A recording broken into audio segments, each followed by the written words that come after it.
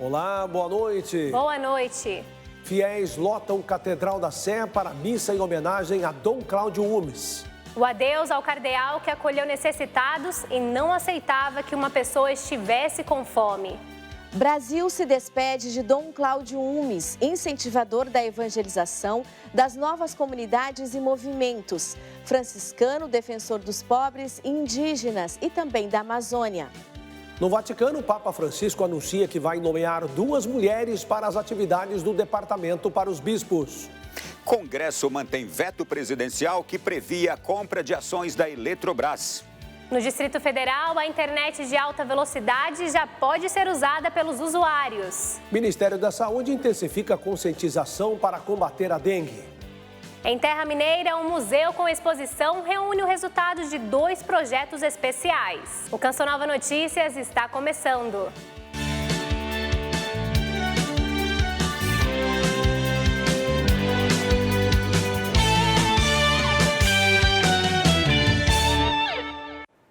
O Papa Francisco anunciou que vai nomear 2 mulheres para as atividades do Departamento para os Bispos. Pela primeira vez, 2 mulheres vão trabalhar no dicastério que ajuda o pontífice a escolher os pastores diocesanos. A nova Constituição Apostólica Predicata e Evangelho abre as portas para que leigos estejam à frente dos dicastérios. Ao falar sobre o assunto, o Papa Francisco se mostrou aberto a novas oportunidades e revelou estar prestes a nomear 2 mulheres a cargos no dicastério para os bispos. Elas estarão envolvidas no processo de eleição de novos pastores diocesanos e acrescentou ver a possibilidade futura de que leigos sejam nomeados para dirigir departamentos, como o dicastério para os leigos, família e vida, os dicastérios para a cultura e educação, ou a biblioteca, que é quase um departamento vaticano. O Santo Padre recordou que no ano passado, pela primeira vez, nomeou uma mulher para o cargo de vice-governatorato da cidade do Vaticano, a irmã Rafaela Petrini, e 2 religiosas para o Serviço do Desenvolvimento Humano Integral. Entre as mulheres leigas ocupando cargos de alto nível no Vaticano estão Bárbara Jata, a primeira diretora dos Museus Vaticanos, Natasha Govekar, responsável da Direção Teológica Pastoral do Dicastério para a Comunicação, e Cristiane Murray, vice-diretora da Sala Imprensa Vaticana, ambas nomeadas pelo atual pontífice. De Roma, Joyce Mesquita para o Canção Nova Notícias. De Roma, a gente vem para São Paulo porque a nossa equipe acompanhou hoje o sepultamento do corpo do cardeal Cláudio Umes. Adelita Stoebel tem essas informações. Boa noite, Adelita. Boa noite a vocês e a todos que nos acompanham. O Brasil se despediu hoje de Dom Cláudio Umes. O cardeal impulsionou a evangelização, incentivou as novas comunidades e movimentos, foi defensor de pobres e indígenas e da Amazônia. Nossa equipe acompanhou o sepultamento de Dom Cláudio hoje na cripta da Catedral da Sé. O cardeal, que cuidou da formação dos padres enquanto prefeito da Congregação para o Clero, foi carregado por eles. Familiares do arcebispo emérito de São Paulo foram os primeiros a ir para a cripta, no subsolo da catedral. No cortejo estavam padres, bispos, autoridades civis e militares. Por isso nada em minha vida faltará. Em razão da pandemia, o acesso à cripta foi permitido apenas aos familiares, amigos e autoridades. Coroas de flores estavam por toda parte. Passava do meio-dia quando o jazigo foi fechado pelo serviço funerário. Dom Cláudio Umes é o 14º bispo a entrar para a morada eterna desde o início da diocese e também da arquidiocese de São Paulo. Ao lado dele estão outros 13 prelados da igreja, além de figuras importantes da história. Dom Cláudio Umes descansou nos braços do pai. Ele mesmo, ao rezar pelos fiéis defuntos nesta cripta em 2017, disse que a morte é aquela porta que se abre e o Pai que nos recebe e nos abraça no seu amor e na sua misericórdia e nos transforma em eternos filhos seus junto dele. É assim a nossa vida. Nascemos, somos chamados a realizar a nossa missão neste mundo, a nos alegrarmos com a vida, com as coisas que Deus deixou a nosso dispor ao longo dessa vida. Mas Deus nos chama para algo mais, nos chama para mais vida. E por isso a morte é a passagem necessária desta vida, neste mundo que ainda é precária, para a vida eterna junto de Deus. Autoridades civis destacaram Dom Cláudio como exemplo de inspiração para se fazer o bem. A gente fica muito triste perder Dom Cláudio, mas fica uma lição muito importante da missão que ele desenvolveu de poder cuidar dos pobres. Um homem que sempre se preocupou com as desigualdades sociais do Brasil, que sempre se preocupou com a preservação do meio ambiente, no fundo com a preservação da vida. Então todos nós estamos aqui nos despedindo de Dom Cláudio, não só com a segurança de que ele descansará em paz ao lado do Senhor, mas também que os seus exemplos e toda a sua luta durante toda a sua vida permanecem vivos aqui em todos nós. Fiéis fizeram fila para visitar o túmulo de Dom Cláudio, na certeza de que junto de Deus, o franciscano que tanto amou a igreja e os necessitados vai interceder por todos nós. Que o acolha e recompense por todo o bem que ele realizou ao longo de sua vida, toda a sua dedicação ao Evangelho, ao testemunho de Jesus Cristo, e temos a certeza de que Deus o fará. Por isso nada em minha vida faltará. A última missa de corpo presente foi celebrada pelo núncio apostólico, representante do Papa Francisco no Brasil, Dom Jean Batista de Quatro, e concelebrada pelo arcebispo de São Paulo, Dom Odilo Scherer.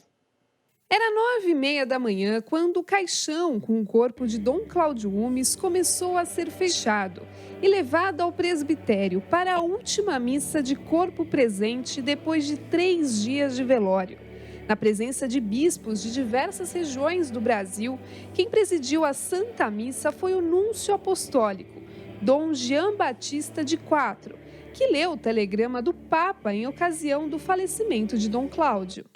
Trago sempre vivas na memória as palavras que Dom Cláudio me disse no dia 3 de março de 2003, pedindo-me que não me esquecesse dos pobres. Durante a homilia realizada pelo arcebispo de São Paulo, o cardeal Odilo Scherer lembrou da amizade com Dom Cláudio, de seus feitos e de como, em seus últimos dias, ele ainda manteve viva a fé.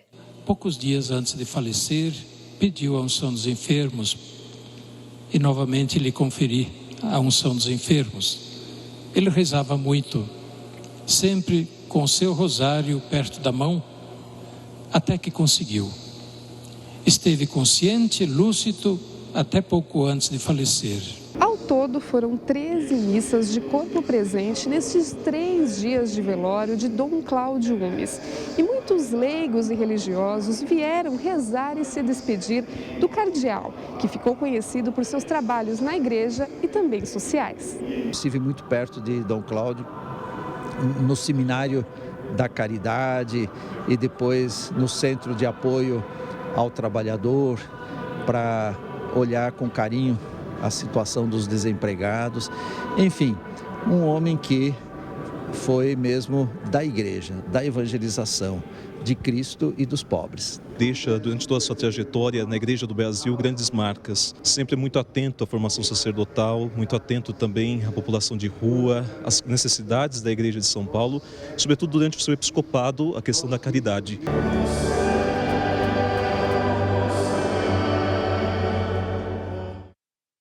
Estamos de volta. A tecnologia 5G já está ativada no país. Brasília foi a primeira capital a receber a tecnologia móvel de 5ª geração.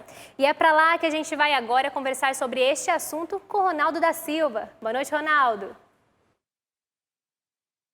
Olá, boa noite a você e boa noite a tanta gente que nos acompanha. Os usuários com aparelhos que suportam a tecnologia já conseguem acessar a internet de alta velocidade.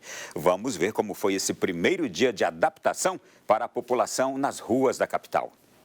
Não basta ligar o telefone para acessar o 5G. É preciso ter um aparelho compatível. A Agência Nacional de Telecomunicações, Anatel, divulgou uma lista com quase 70 celulares certificados para a internet de alta velocidade. Nesta loja em Brasília, o aparelho mais barato custa R$ 1.200. Hoje em dia a procura é muito do 5G. Nova tecnologia, né? A internet bem mais alta.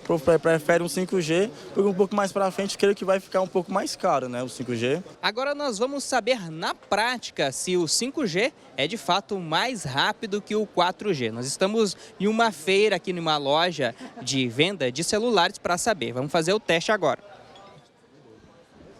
Com a tecnologia 5G, o nosso aparelho registrou 940 megabytes, quase 1 GB de velocidade.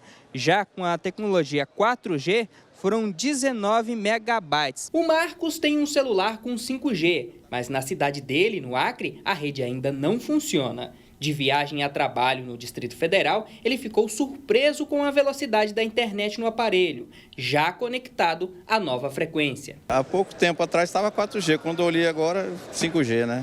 Já o Aderbal produz conteúdos para a internet e explica que o 5G vai reduzir bastante o tempo de upload das gravações. O nosso conteúdo, eles são conteúdo de quase 2 horas. Né? Cada podcast dura, cada entrevista, cada bate-papo dura 2 horas. E a gente estava com a internet aqui realmente muito lenta e o Marcelo levava aqui até 2 horas e meia para poder subir esse conteúdo. Com o 5G vai ser automático, vai ser muito rápido. Depois de Brasília, o 5G será ativado em Belo Horizonte, São Paulo, Porto Alegre e João Pessoa. Até dezembro de 2029, deve chegar em todas as cidades brasileiras. E o Congresso votou em bloco 36 vetos presidenciais, tanto para derrubá-los como para mantê-los. Dentre os que foram mantidos está o que está relacionado à privatização da Eletrobras.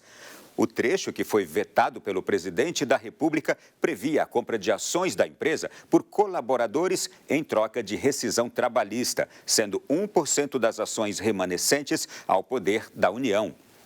Também foi mantido o veto que permitia ao poder público readmitir em outras empresas públicas federais os funcionários da Eletrobras demitidos sem justa causa. A justificativa do veto afirma que o trecho viola o princípio do concurso público e compromete o planejamento das empresas estatais federais.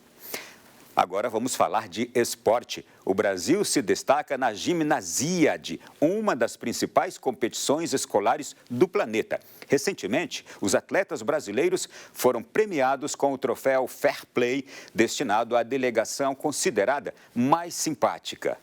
E hoje, os atletas que representaram o Brasil na 19ª edição da competição foram recebidos pelo presidente da República no Palácio do Planalto. Camila Castro está ao vivo e traz mais informações. Boa noite, Camila.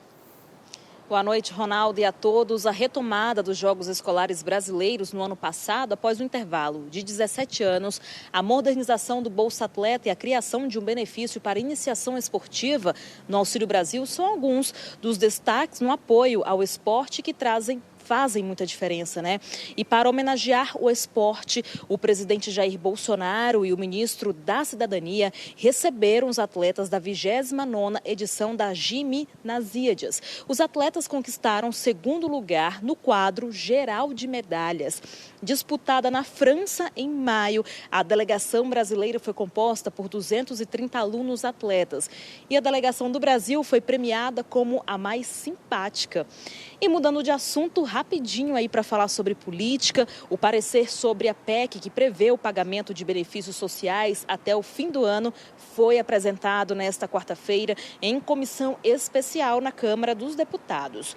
Após a leitura do relatório, houve aí um pedido de vista para que os demais deputados parlamentares, possam analisar a proposta por mais 2 sessões. A comissão volta a se reunir amanhã.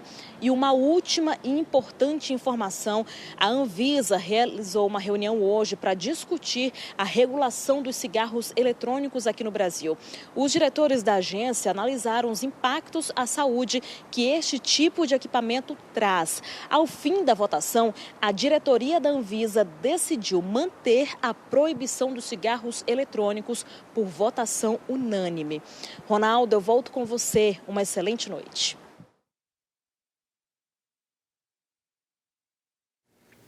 Foi sancionada nesta semana a lei que institui a campanha Junho Verde. A proposta é da presidência da Conferência Nacional dos Bispos do Brasil.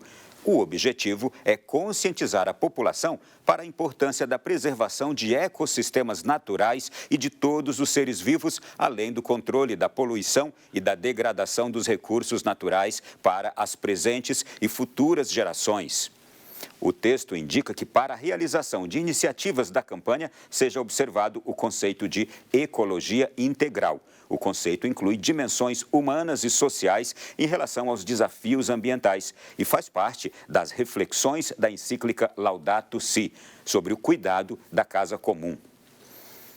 Publicada com vetos no Diário Oficial da União, a lei que prorroga até o final de 2023 a possibilidade de remarcação dos serviços e eventos culturais e de turismo adiados ou cancelados em virtude da pandemia. O consumidor que optar pelo crédito, remarcação do evento ou serviço cancelado até 31 de dezembro, poderá usá-lo até o final de 2023. Já o reembolso será possível caso a empresa não consiga remarcar. Por hoje é só. Desejo uma boa noite a todos e volto com vocês aí no estúdio. Obrigada, Ronaldo. Bom descanso para vocês aí.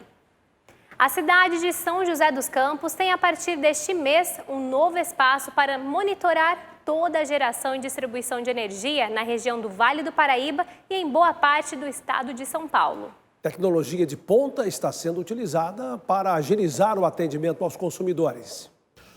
Pode ser difícil entender, mas são nessas telas que podemos ver boa parte de toda a cadeia de geração, transmissão e distribuição de energia do país. Esse espaço ele traz a eficiência, a digitalização, o novo entre a geração de energia até o seu consumo final. O novo Centro de Operações Integradas fica na cidade de São José dos Campos, interior de São Paulo, e será responsável pelo monitoramento de mais de 2 milhões de clientes da distribuidora, cerca de 5 milhões de habitantes. Além disso, serão monitorados 2.500 quilômetros de rede de transmissão de energia, além das usinas hidrelétricas, termoelétricas e eólicas. Nós falamos uma língua só.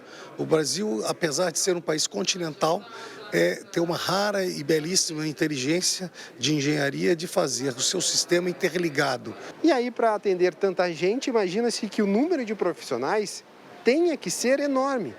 Que nada. É aí que entra a tecnologia. É a partir daqui, e com alguns simples toques e rápidos no computador, que aquele problema de falta de energia na sua casa pode ser resolvido de uma forma bem mais ágil. A ocorrência chega para a gente em tempo real e analisamos, verificamos a prioridade, os riscos, separamos e já solicitamos para a equipe fazer a averiguação em campo. Mas nem sempre e nem todos os serviços precisam ter equipes na porta de casa resolvendo nossos problemas. Nem tudo precisamos encaminhar a equipe, a gente consegue sim remotamente resolver, algumas, dependendo da situação, a gente consegue sim resolver. Com o novo espaço, a distribuidora se prepara para o fornecimento pelos próximos 10 anos, principalmente com novas formas de consumo e uma energia cada vez mais limpa. É o que nós chamamos de transição energética, a empresa green, a empresa verde, e esse é a estratégia máxima do grupo EDP a nível de mundo, aplicável aqui no Brasil. Qual foi a última vez que você realizou uma revisão em seu veículo? As férias chegaram e se nos últimos 3 meses você, pai e motorista, não fez uma visita ao mecânico, a hora é agora. As férias escolares de julho chegaram e muita gente deve pegar a estrada para aproveitar o período com a família. Por isso, a manutenção do veículo deve estar em dia para evitar maiores problemas. A importância, estando o veículo em condições de uso, com a suspensão, pneus, alinhamento, balanceamento, pastilha, disco, cabo de vela, faróis em dia, isso dá ao condutor uma segurança para ele se locomover nas rodovias. Além da falta de atenção e o desrespeito às leis de trânsito, o descuido com a revisão veicular tem causado dor de cabeça para os usuários das rodovias. Pneu furado, pane mecânica, pane elétrica e bateria descarregada são alguns dos exemplos. O Rogério, que é taxista, já passou por isso e não recomenda. Foi ruim, péssima, bateu o desespero. Parou tudo, né? Aí, por causa disso, a gente está de 90 em 90 dias, está aí fazendo essa revisão, né? Preventiva, né? Dados da Artesp, Agência de Transportes do Estado de São Paulo, apontam que de janeiro a maio deste ano houve o registro de mais de 214 mil ocorrências por panes elétricas nas estradas que servem o Estado. O número, no comparativo com o ano anterior, cresceu 7,8%. Podemos citar como os principais uso do cinto de segurança, manutenção de freios, faróis, especialmente para situações de neblina, de muita chuva e inclusive para a noite em locais que não são iluminados, e manter toda a documentação também em dia. Tomar consciência do quão importante é estar em segurança é a garantia de uma ótima viagem. O cliente vem até a loja, a gente normalmente já faz a prevenção, educa eles que a cada 90 dias, 6 meses é bom você estar com a manutenção em dia do seu veículo, para não vir a dar esse problema normalmente que acontece nas rodovias. O número de mortes causadas por dengue em 2022 já é maior do que o de todo o ano passado e de 2020. O Ministério da Saúde pede reforço nos trabalhos para conscientizar a população e combater o mosquito transmissor da doença. Temperaturas baixas, eles não estão nem aí mais para isso. O que a gente está vendo é isso. Mesmo na época de seca, mesmo na época de frio, ainda assim está tendo caso de dengue. O que cabe um reforço da população nessa ajuda à prevenção do combate ao Aedes aegypti. E essa ajuda tem se tornado fundamental. O mais recente boletim epidemiológico do Ministério da Saúde mostra que o número de casos este ano aumentou 196% em relação ao ano passado, chegando a 1.143.041 em todo o país. As mortes causadas por dengue voltam a preocupar no Brasil. Segundo o Ministério da Saúde, somente entre janeiro e 20 de junho deste ano foram contabilizados 585 óbitos, um número 138% maior do que o registrado em todo o ano de 2021. Ou seja, os números mais que dobraram em apenas 6 meses. Os estados que apresentaram o maior número de mortes foram São Paulo, Santa Catarina, Paraná, Rio Grande do Sul e Goiás. Outros 2.016 óbitos estão em investigação. A dengue é uma doença infecciosa febril aguda, que pode se apresentar de forma benigna ou grave, dependendo de alguns fatores. Tem a dengue considerada normal, tem a dengue hemorrágica, que ela é mais grave, que provoca sangramentos, hemorragias, outros tipos de sintomas. Ela também alerta para a identificação dos sintomas. A dengue ela vai trazer a febre alta, ela vai trazer a dor de cabeça, ela traz também a característica de uma dor retroorbital, que é atrás dos olhos, aquela dor atrás dos olhos, prostração, e aí em casos mais graves, vômito, náusea, dor abdominal, como eu falei, e manchas vermelhas na pele também. Para prevenir e fugir do Aedes é preciso conscientização de todos. E com atitude simples e a atenção constante, fica mais fácil. Os principais cuidados que a gente consegue ver no dia a dia nosso de trabalho, que é fazendo a visitação nas casas, é um ralo externo. Outro local em que o próprio morador acaba colocando água é nos pratinhos de pingadeira da planta. Mesmo em tempo de seca, em algumas regiões é preciso cuidado com a água parada e dar atenção à dengue, que pode oferecer complicações de saúde. Agora vamos à previsão do tempo, porque as chuvas fortes prosseguem na faixa costeira do Nordeste, entre o leste do Rio Grande do Norte até Alagoas. O motivo? A atuação das ondas de leste vinculadas à entrada de ventos constantes, favorecendo a instabilidade na região. São esperados 48 milímetros de acumulados de chuva no Rio Grande do Norte. As chuvas pelo Nordeste já provocaram mortes e desalojaram milhares de pessoas. Além da região metropolitana, a zona da Mata Sul e o agreste de Pernambuco registraram perdas com enchentes e deslizamentos de terra. São mais de 60 mil pessoas desabrigadas e desalojadas em Alagoas e Pernambuco, os dois estados mais afetados pelas precipitações. A Cáritas Brasileira e o Regional Nordeste 2 da CNBB intensificaram ações de socorro às famílias atingidas. No norte, a chuva prossegue forte no Amazonas, em Roraima, no Amapá e norte do Pará.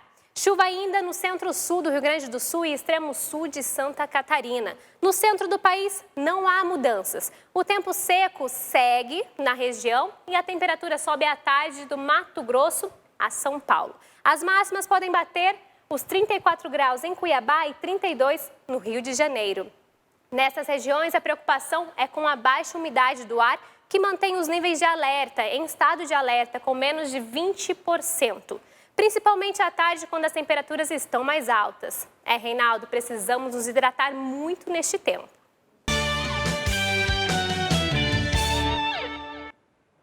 O Museu de Israel recebe uma exposição que permite visitar a antiga sinagoga de Alepo com uma nova tecnologia de realidade virtual.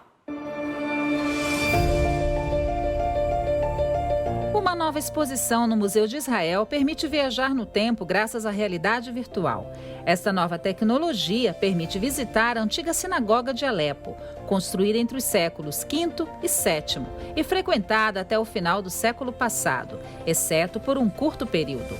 Os visitantes colocam óculos de realidade virtual e passeiam pelas diferentes alas das sinagogas. Esta é uma tentativa muito inovadora de incorporar a nova tecnologia no ambiente do museu. Esta visita à sinagoga é possível graças às fotos de Sarah Chamá, que a fotografou pouco antes de sua destruição em 1947. Temos uma documentação rara, graças a uma mulher corajosa, que sonhou em criar um álbum tradicional em memória de seu pai, um filho de Alepo. O templo judeu foi reformado nos anos 90 do século passado, mas foi destruído novamente em 2016 durante a Guerra Civil Síria. Usamos as fotos de Sarah Chamá e, graças à tecnologia de realidade virtual, as transformamos de imagens bidimensionais para um espaço tridimensional, no qual entrar, caminhar, olhar em volta e ter a percepção de estar naquele lugar. É um trabalho técnico iniciado com meu avô, nascido em Alepo. Ele sempre me falou sobre essa sinagoga, sempre me disse que é impossível descrevê-la em palavras. Quando houver paz na Síria, irei visitá-la. Por um tempo, a sinagoga abrigou o famoso Código de Alepo, que remonta ao século XX. O mais antigo, completo e credenciado manuscrito hebraico contendo todo o texto da Bíblia, motivo de orgulho para a comunidade de Alepo. Hoje, cerca de um terço das páginas do livro permanecem conservadas no Museu de Israel. Graças aos pergaminhos de Qumran, também expostos aqui no Templo do Livro, temos manuscritos da Bíblia que datam de 2000 anos atrás, enquanto esse manuscrito, o Código de Alepo, data de 1000 anos atrás. Portanto, pela primeira vez tivemos a oportunidade de traçar o desenvolvimento do texto bíblico desde o período do Segundo Templo até o período medieval e ver o fim do processo. A mostra sobre a sinagoga de Alepo foi realizada graças a uma doação da Fundação Moisés, Safra de Nova York, uma homenagem à história e contribuição da comunidade de Alepo e da JAC, Fundação Joseph e Morton Mandel de Nova York.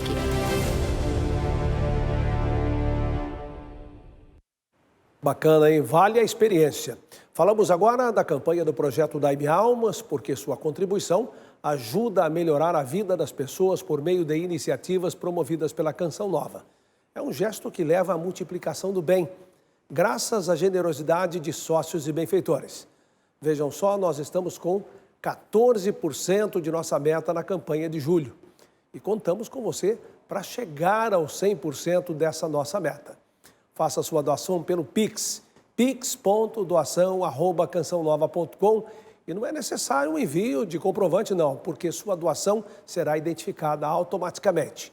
Obrigado por sua fidelidade e comprometimento com a evangelização pela Canção Nova. Em Belo Horizonte, o Museu Casa Kubitschek apresenta a exposição Trama Processos Educativos na Pampulha. O trabalho reúne o resultado de 2 projetos. A proposta é que bordados e amostras de produtos de design com características da região dialoguem entre si e com os acervos do museu. A Pampulha, ela está sempre no centro das nossas discussões. Então, os nossos projetos, eles vão abordar elementos da paisagem da Pampulha, tanto elementos da arquitetura como da própria natureza e também elementos importantes aqui para o Museu Casa Kubitschek, como o próprio mobiliário. São mais de 100 obras inspiradas no território Pampulha. Aqui nessa sala, por exemplo, foram bordadas 74 espécies de aves que habitam a região. E eu, como moradora daqui, eu tenho contato diariamente com essas aves na minha própria área de lazer, né? E quando eu fiquei sabendo do projeto que a casa ia fazer sobre os pássaros da Pampulha, eu vim, me inscrevi e adorei. Bordando Memórias foi o primeiro projeto e surgiu em 2017. São mais de 80 participantes que se dedicam a bordados produzidos a partir de pesquisas e troca de técnicas. E por meio dele, a gente consegue reunir um número grande de bordadeiras que vêm para o museu não só para bordar, mas para se encontrar com as amigas, para conversar. O bordado, para mim, ele é tudo, sabe? Ele é companheiro, ele é cúmplice, ele é confidente. Desde 2021, a exposição incorporou também os produtos desenvolvidos pelo projeto Lab Design. São 8 artistas e 2 coletivos de Belo Horizonte que criam produtos e tecem as relações entre Pampulha e capital mineira. Esse daqui é um dos trabalhos que é do Gabriel Quick e é muito bacana porque ele faz essa associação da Pampulha com o mar. Então ele vai citar aqui, a gente tem o bairro Urca, o Tijuca, o Jardim Leblon, Jardim Copacabana. Pelo nosso Instagram, você também fica informado com notícias do Papa, da Igreja no Brasil e no mundo. Segue lá, curta e compartilhe. @CN Notícias. Assista daqui a pouco, às 8 horas, a transmissão da Santa Missa do Clube da Evangelização no Santuário do Pai das Misericórdias. Boa noite e até amanhã. Boa noite, paz para você.